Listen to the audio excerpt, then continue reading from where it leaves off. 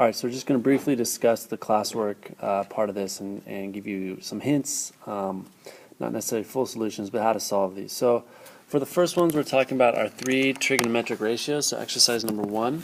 And we got to remember our trig ratios are sine, cosine, and tangent. And so we'll look at those for L, and the key part is to identify from L what's opposite, which is 7, adjacent is 24, and hypotenuse is 25. So we're going to use those pieces to set up our ratios. Sine is opposite over adjacent, opposite over hypotenuse, so 7 over 25. Cosine is adjacent over hypotenuse, and tangent is opposite over adjacent.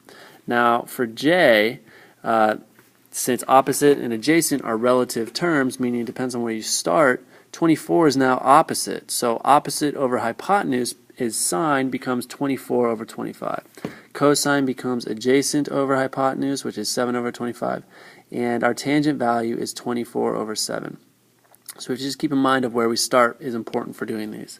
For our next one, we're trying to figure out, we have a special right triangle, which means it's a 30, 60, 90, and we can solve some pieces with that.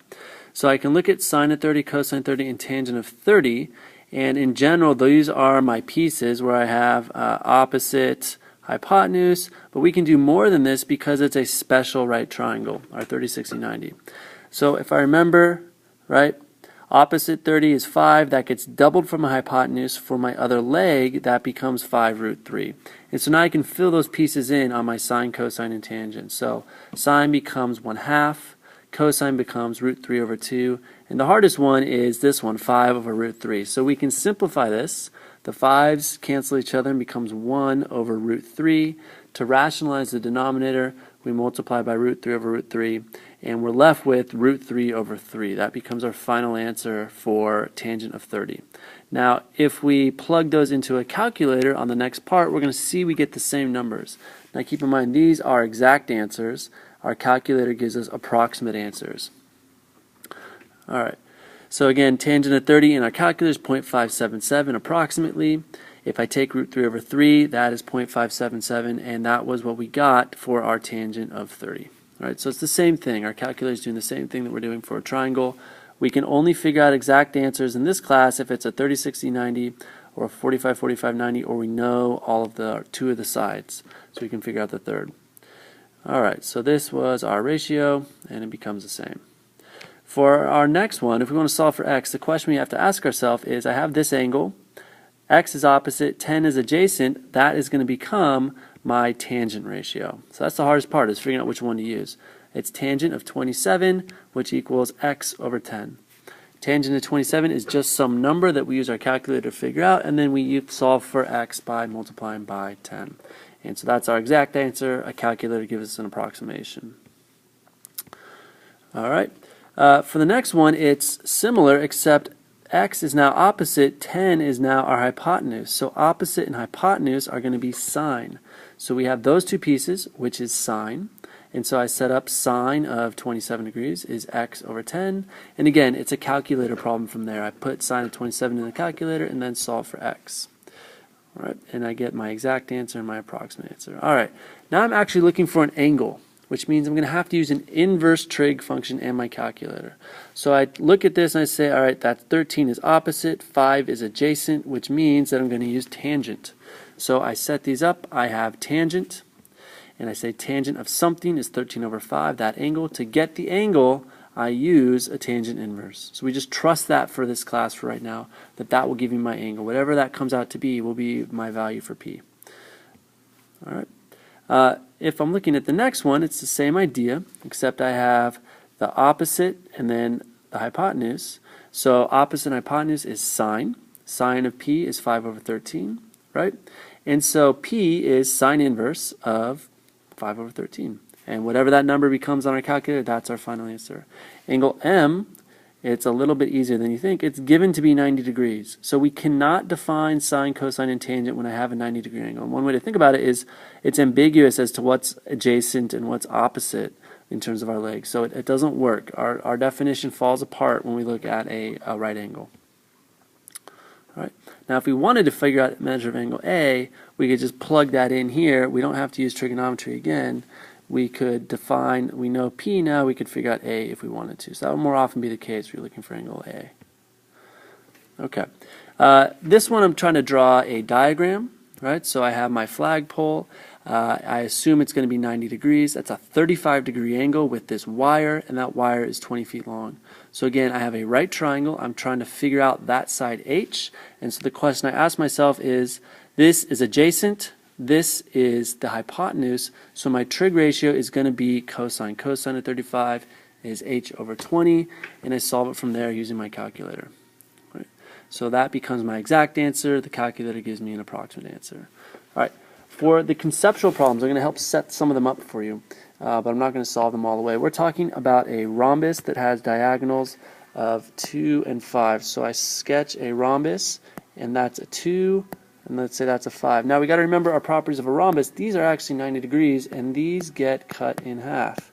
So what I actually have is a triangle that looks like this, where the 2 cut in half is a 1, and that's a 2.5. I'm going to give this some information here, A and B. So if I'm looking for an angle, I need to use an inverse trig function. So if I start from A, I have the opposite and the adjacent pieces.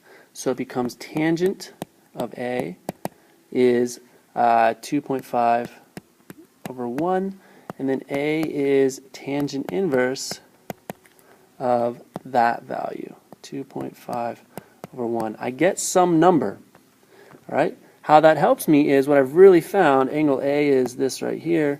In my rhombus, it's that angle, it's that angle, it's that angle, it's that angle. And so I can double A to get me those angles. I can do the same type of thing to figure out the other angles which are over here. All right. For the next one, for our pyramid, there's a lot of words there, but what we're really trying to do is we have this triangle in the middle of our pyramid. We're trying to figure out that height H, and we have 82 feet is all the way across. Halfway across is going to be 41. And so we can set up this triangle, right, if we were to actually just look at it, where I have H, I have 41, and then this angle in here is 52 degrees. And so I'm asking myself what I have. I have the opposite and the adjacent, and so opposite and adjacent is going to be a tangent problem. So it becomes tangent of 52 equals H over 41, opposite over adjacent, and I solve that from there, and we can take it from there.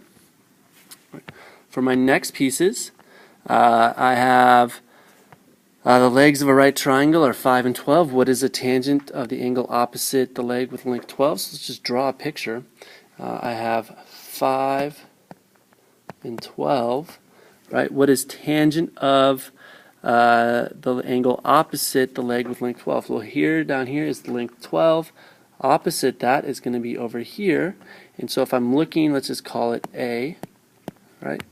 Tangent of A is going to be opposite, which is 12 over adjacent, which is 5. Okay. The next one we're talking about, explain why tangent of 60 is root 3. So here's what you need to do. 60 is a very special case for us in this class where we have 60 degrees, something like that. This is 30 degrees. And so what I have is a 30, 60, 90 triangle that I have to figure out. And from our general sense of definition, if that's x, the side opposite 30, this is 2x, this is x root 3. And so if I use 60 and I look at tangent, opposite, and adjacent, I'll find that I actually get this as my end result. So you can explain why that's working. Same idea for my next one here for tangent inverse. Now, that's a ratio, root 2 over 2. If I was to build a triangle, look like root 2 and root 2, that's a special type of triangle where two of the legs are the same. That's isosceles. And from there, that tells us something about our base angles, and so we can explain where that 45 degrees has come from with that piece there. For a rectangle, all right, so if we start with a rectangle, and I look at some diagonals, right, I'm only going to draw one to start with. This is right angle, that's 80, and that's 20. So you can figure out using a tangent inverse, let's call this x, right? Tangent of x equals 20 over 80. X equals, tangent inverse of, I'm just going to simplify to 2/8 or 1/4. You get a number, okay? So that's what x is. Now we can see that actually this is going to be the same, so x is also down here. And if we put in our other diagonal, going across, we've really just flipped that triangle around, and so x is also here, and it's also here. And so this piece in here is a isosceles triangle. You're trying to figure out these angles in the middle, and so you can do that once you figure out what x is by looking at the isosceles triangle. On our conceptual problems here for this one with the silo, if we look through, I have a 15 at the bottom, right? So I'm going to have this piece of information, that's the same as up there because it's a radius. So I have 15, and then they want 1 foot of overhang, so I'll put that right there. Our whole thing becomes then 16 long. That's what we're going to deal with. So this is 16. I'm looking at that piece right there. And then I go up something, I don't know what it is, but it's a right angle. X is what I'm interested in, and then that's 25 degrees. And so you're again looking at a right triangle problem where 16 is adjacent and x is the hypotenuse, and so you can take your trig function, your trig ratio, which is in this case opposite and hypotenuse is, adjacent hypotenuse is cosine 25 equals adjacent, which is 16 over x, and we got to solve it from there where we get the x off the bottom. All right. Last one, I'm going to leave that to you. They talk about that sine of a is greater than sine of x because the lengths of the sides are greater than it. Are they correct? Explain. I would ask you to think about our previous chapter. What do we know about these two triangles given that they have these two angles in common? What does that mean? And then what does that mean about ratios? Because remember, sine, cosine, and tangent are just ratios that we have. Hopefully this helps, and we'll go from there. All right, thanks.